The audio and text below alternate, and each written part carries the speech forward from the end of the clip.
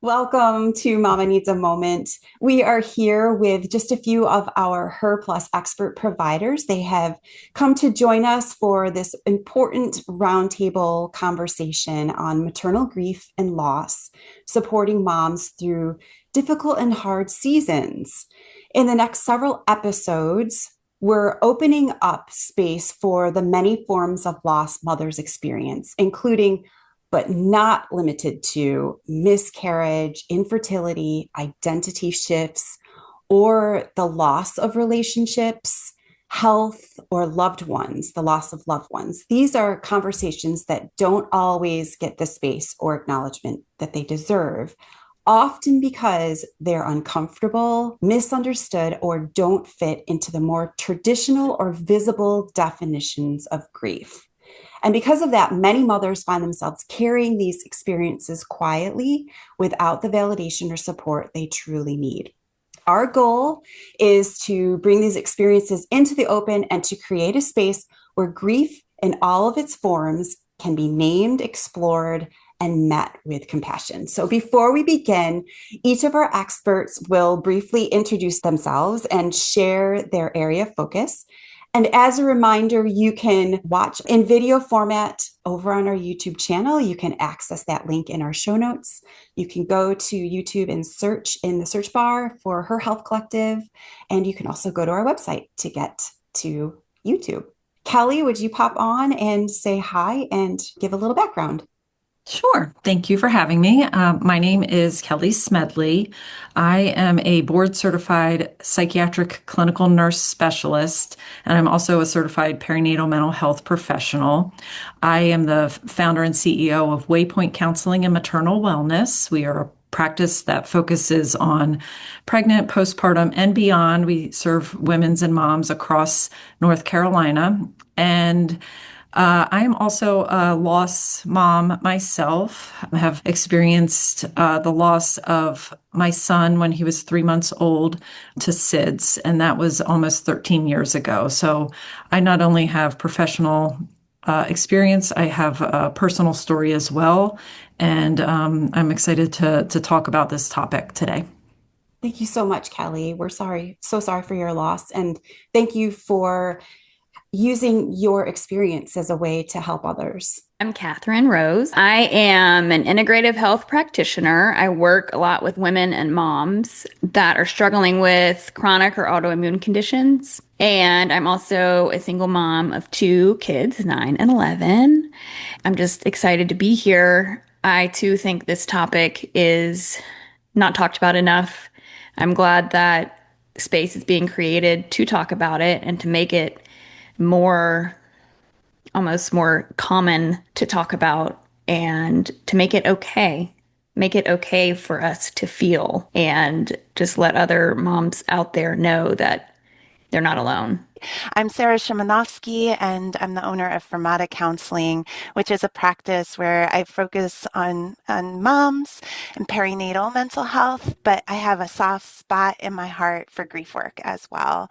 And like Catherine was saying, like, let's talk about it, because a lot of times in our grief, we are isolated, and the less isolation that there is, and the more these uncomfortable conversations are brought forward, the more we find our community and the more we find our safe spaces to talk about grief and realize that, oh, actually, we all walk our own grief journeys. And, you know, there's a lot that I can get from having these conversations with others. We are going to shift now into grief and its timeline, because we all know that there's a certain timeline you're supposed to follow in all things, grief included, right? There's this often unspoken expectation that grief is going to follow a certain path, and that with enough time, we should be able to move forward or feel like ourselves again. I think it was Catherine in a previous episode who mentioned that grief can hit you like a tsunami wave when you're standing in the grocery store line. And what I think is important to note is that sometimes that tsunami wave comes years later out of nowhere, and you're like, where did that come from? But that's the ebb and flow of grief. We wake up one day and we feel like we're okay. And then a week later, a year later, that tsunami wave is coming for us again. So it's important to note that grief doesn't follow this progressive timeline of healing. It can come in waves, and it can show up right away, or it can resurface later. Sometimes around meaningful dates, anniversaries, other times it comes without warning. And when it does, it can feel really confusing, especially if the world expects you to be past it already. Didn't that happen years ago? Shouldn't you have moved on by now? I'm saying that in air quotes if you're listening. I wanted to make sure that was clear. So today we're talking about what grief actually looks like over time and why letting go of the idea of a timeline can be an important part of healing. What does it actually look like when grief unfolds over time? And why is the idea of a timeline so harmful to those of us navigating grief? In Psychology 101, we learn what is it? Kelly, is it Kubler-Ross? Is that the data? Kubler-Ross. Kubler-Ross. No Kubler elves here. Excuse me, Dr. Kubler. It's kind of bogus anyway. The outline, I think it was developed in the 70s. Maybe I'm making things up on a podcast. Sorry, y'all. But it is an older school of thought. Denial, anger, bargaining, depression, acceptance. And, I think it still is taught in Psych 101 because it's such a sentinel piece of research of let's try to explain the grief experience. And that leaves us thinking I must go through these 5 stages of grief and they must be linear. Where am I? Oh, I am anger. So, okay, so I just need to go through my bargaining and then I'll be one step closer to acceptance. And it's not like that. And the research has been kind of debunked of grief is not linear and it's not a universal experience and it's not going to be neat. It's going to be messy. And it's going to follow its own course. And we can't prescribe what we have to do next for ourselves because we don't know where we're going to be. So I wanted to bring in that school of thought and just say, sorry, Dr. Kubler, sorry, Dr. Ross, we're moving on from that school of thought. Yes, Kubler-Ross. It's bringing me back to nursing school ages ago. But I think what can be helpful is I always tell my clients, give yourself grace, right? There is no handbook for this. And, the grief does ebb and flow, and there's guilt with that too. So there's guilt when the grief gets less intense. And then you're like, well, wait, am I getting over this? Does that mean I didn't love my child as much as I thought? Oh, wait, I'm experiencing some joy. Wait, but I should be crying and sad and miserable. So even when the grief gets better, you can't win because you beat yourself up about that. I wish I could have a visual, but yeah, grief, is not linear. It's just a big scribbly line and it's messy, like you said, Sarah. One thing that I've found helpful and that I've been to several trainings with David Kessler, who's a grief expert. Go to grief.com. That's his thing.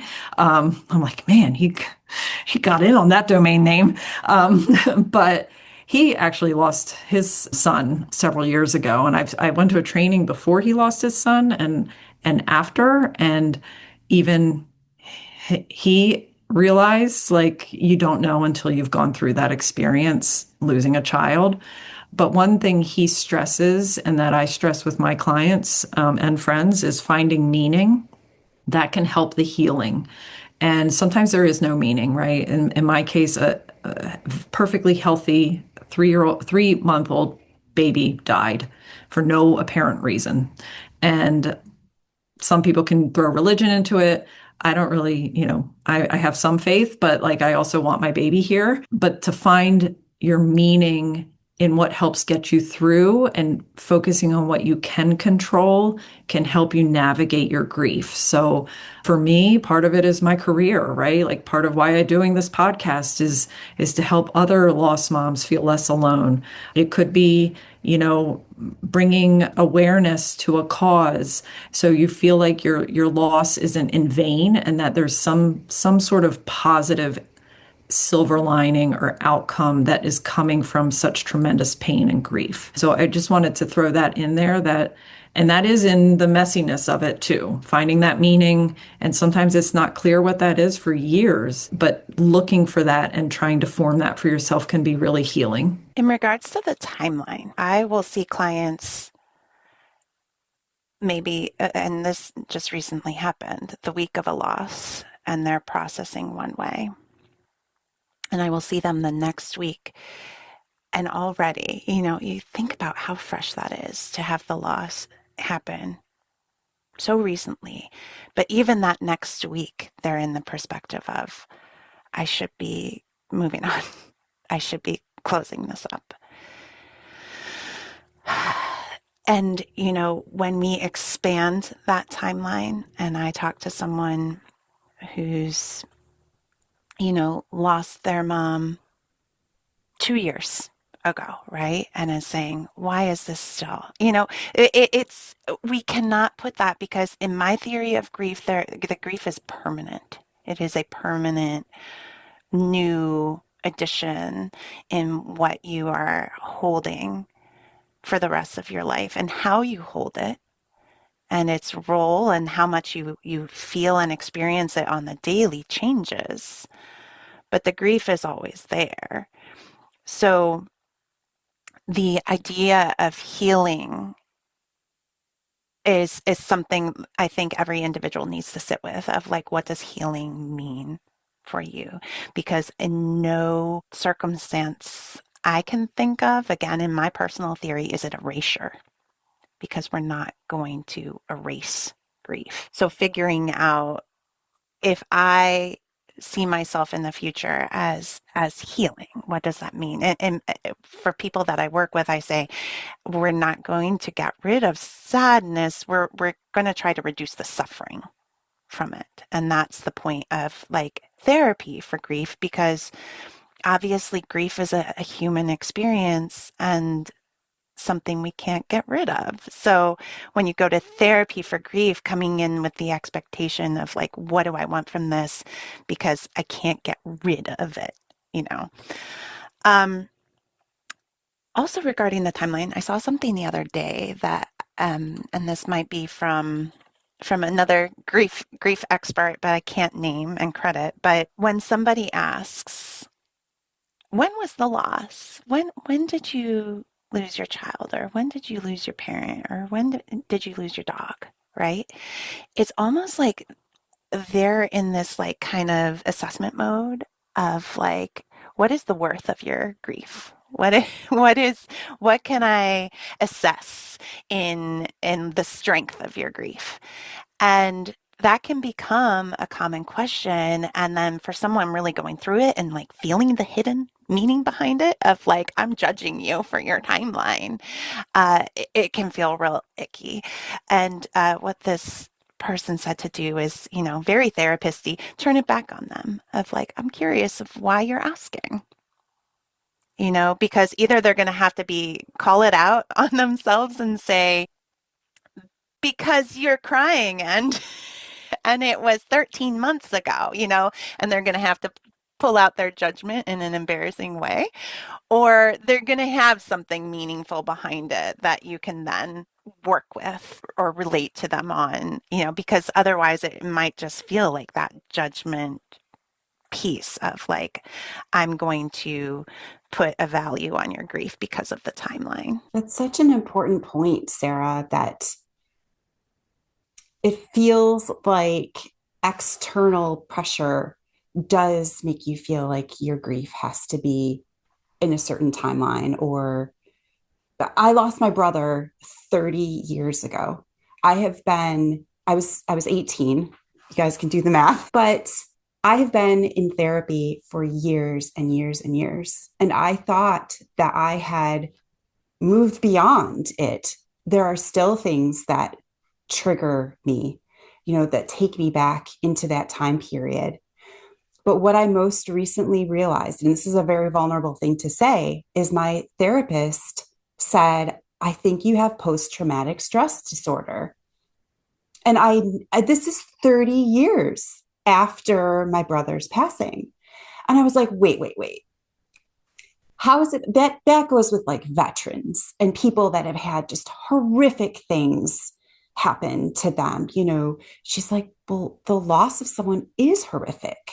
And just having it stated to me like that, but then the shame I feel with knowing that I'm still dealing with such emotion inside of me so long after this had happened. It just, I guess my point in saying it is just really validating that it's not on a timeline, that you're grieving forever for your whole life, and things will set it off or bring you back to that moment. And you might find that you haven't figured it out at all. I don't know. It depends. Thank you for sharing that, Cindy, and sorry about the loss of your brother. But you're right. I mean, this is what we talked about earlier, is how it lives in the body, right? That trauma. And it's those little reminders can bring you right back. It create that panic, those panic attacks. It can lead to nightmares. My favorite way to look at trauma specifically, but pulling it in to your story, comes from my old supervisor, Hillary, who you guys know. And that what trauma does is, like, we have this picture, right? And like, let's say it's a mirror and we see ourselves in it, and trauma comes and shatters it. And like, yeah, there are going to be bigger pieces of that mirror. My 8-year-old, middle child broke a mirror. So like, I've just been through it actually, literally, kind of recently. So you got your bigger pieces that you pick up, and maybe we do those in the first, year of therapy of like, I'm going to get these big chunks of mirror and, set it aside and be safe with them and understand them because they're easy to see. But, for years and years, you're just walking along life, right? And ouch, in my foot is a shard that I missed. And those shards can be like the tiniest little tiny shards, right? But that's what trauma has shattered it, and it has gone everywhere. And those shards will keep showing up no matter how many chunks you have worked on and picked up. Like, there are going to be things that, and maybe it's a little thing that's just like, oh, ouch. Or maybe it's drawing blood, we don't know until we encounter them and be like, well, I missed a piece. And like, that surprised me. But then to be like, yeah, I'm 30 years later, but I'm still finding these shards. But that makes sense because it just shattered so completely. And something else to remember too, I think that is important. Not everybody deserves access to your story and your situation, and that it's okay to be protective of yourself and your life and your story. And I know you can't help, other people that it trickles out to, but you can keep yourself, somewhat protected, especially during the tender stages. Thank you so much, everyone. And Sarah, that analogy was amazing. Thank you so much.